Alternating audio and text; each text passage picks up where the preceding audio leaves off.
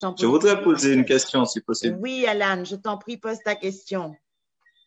Alors, c'est une question qui paraît un peu bateau, mais qui a quand même son importance. Je voulais demander à Yann, quelle était sa vision de la Martinique dans 10 ans, en fait? Mais tout en tenant compte de toutes les problématiques actuelles, c'est-à-dire les inégalités qui augmentent, l'inflation qui commence à arriver avec l'augmentation des prix des matières premières, les jeunes qui essaient de rentrer en Martinique pour entreprendre, pour créer des choses, parce qu'en vrai, il y a énormément de choses à faire en Martinique. Et surtout par rapport à un élément qu'on néglige souvent par rapport aux mandatures, si je puis dire, mais par rapport au changement climatique, notre position dans la Caraïbe, etc. Quelle vision il avait en gros de la Martinique, même si c'est pas forcément utopiste, réel, dans 10 ans?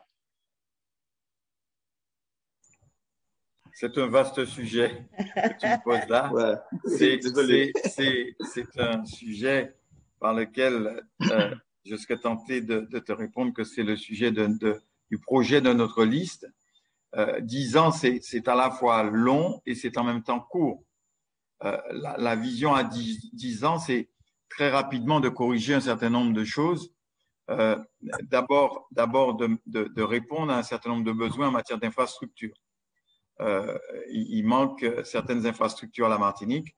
Il faut très rapidement régler ce problème de l'eau. Il faut très rapidement régler le problème des transports.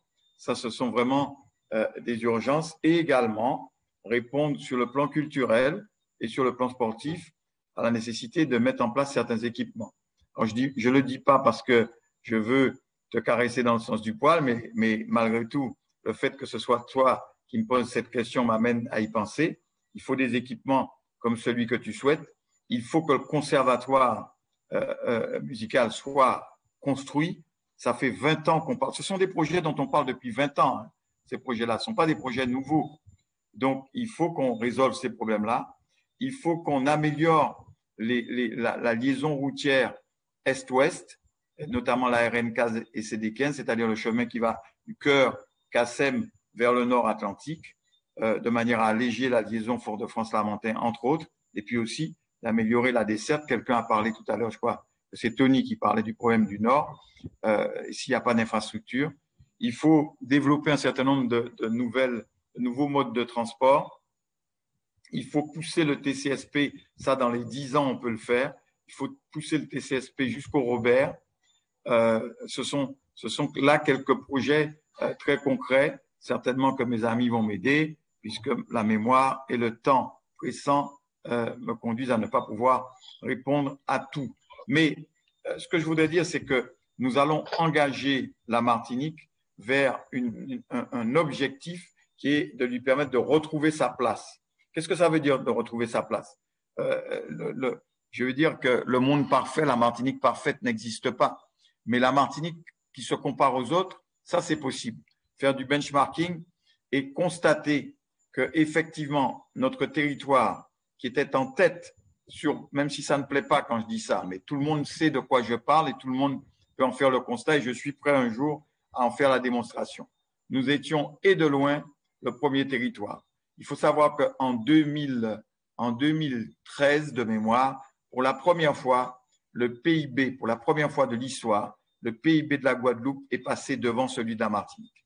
Pas per capita, mais globalement, la richesse globale. C'est un indice, parce que depuis toujours, pour des raisons historiques, nous avions une certaine avance et nous avons perdu cette avance en 2013, tout simplement parce qu'il y a un croisement de courbes. Et si on laisse les courbes continuer, l'écart va continuer à se creuser. Et donc, il faut avoir cet objectif-là, redonner à notre territoire sa place. C'est un objectif qui est à 5 ans, à 10 ans, à 30 ans. Alors moi, ce que je souhaite, c'est que notre territoire, il retrouve cette efficacité à laquelle nous nous référons, qu'il retrouve cette ambition, ne pas se contenter du « i bon comme ça », non, ça n'est pas vrai, tout va bien chez nous. Si vous dites tout va bien chez vous, vous ne progressez pas.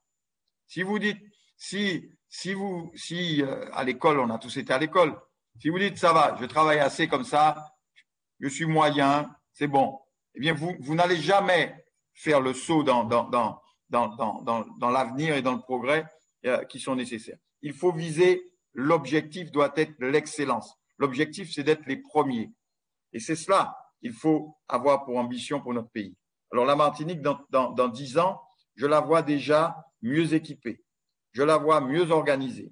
Je la vois ne se débattant pas dans des querelles stériles, avec un engourdissement, presque anéantissement, mais en tout cas, une anesthésie de la pensée qui est je dirais, obnubilée par des problèmes qui sont des problèmes réels, des problèmes de notre passé, de notre histoire, de ce que nous sommes, de ce que nos aînés ont vécu, nos aînés, en nous questionnant aussi sur d'où viennent nos aînés et quelles sont leurs origines diverses et variées. Et puis en nous projetant, pas en nous contentant de nous larmoyer. Moi, j'aime bien, c'est pas ma devise, mais j'aime bien la devise « assez plairer en nullité ». Donc, ne pas en permanence dire « si ça va pas, c'est pas de ma faute, c'est de la faute de l'autre, c'est parce qu'il m'a fait ça, c'est parce qu'il n'a pas fait ça pour moi, c'est parce que je viens d'un passé douloureux. » Arrêtons ça. Et moi, cette Martinique-là, je souhaite que dans 10 ans, elle ait changé, qu'elle soit pleine d'enthousiasme, que les jeunes soient revenus, qu'ils aient confiance dans leur pays et qu'il y ait une forme j'allais dire de paix sociale. La paix sociale, ça n'existe pas. Mais que nous puissions ne pas nous regarder, comme c'est malheureusement le cas quelquefois, en chien de faïence. Ne pas être remontés les uns contre les autres, des communautés contre d'autres communautés. C'est ça que je souhaite à notre pays. C'est cette paix-là, que des Martiniquais puissent s'asseoir autour d'une table. Et j'ai contribué à cela. Vous voyez, j'ai contribué à cela. Nous avons contribué à cela. Si aujourd'hui, vous avez ce grand chambardement avec des annonces qui vont vous surprendre peut-être pendant ce week-end, hein, eh bien, c'est parce que des Martiniquais qui refusaient de s'asseoir autour d'une table pour même commencer à discuter et à trouver des solutions partagées sur certains sujets sans pour autant exiger d'être d'accord sur tout, c'est parce que nous avons franchi cette étape-là qu'aujourd'hui c'est possible. Eh bien, moi, je souhaite que les Martiniquais, ils partagent un même objectif, qu'ils aient envie de faire ensemble, qu'ils aient une ambition tous pour leur pays et qu'ils ne se contentent pas de le voir descendre doucement dans la pente de l'échec en se contentant de dire « c'est vrai, on descend tout doucement, mais ce n'est pas de notre faute, c'est l'autre qui nous empêche d'être les premiers. » Si nous voulons être les premiers, nous pouvons être les premiers. C'est ça que je veux pour la Martinique. Ben, je te rejoins totalement et je pense que la Martinique a les moyens d'arriver en fait. On a les moyens d'exceller dans la Caraïbe et à travers le monde. Donc c'est pour ça que franchement, là-dessus, il m'a convaincu encore plus. On a notre chance et je te soutiendrai dans cette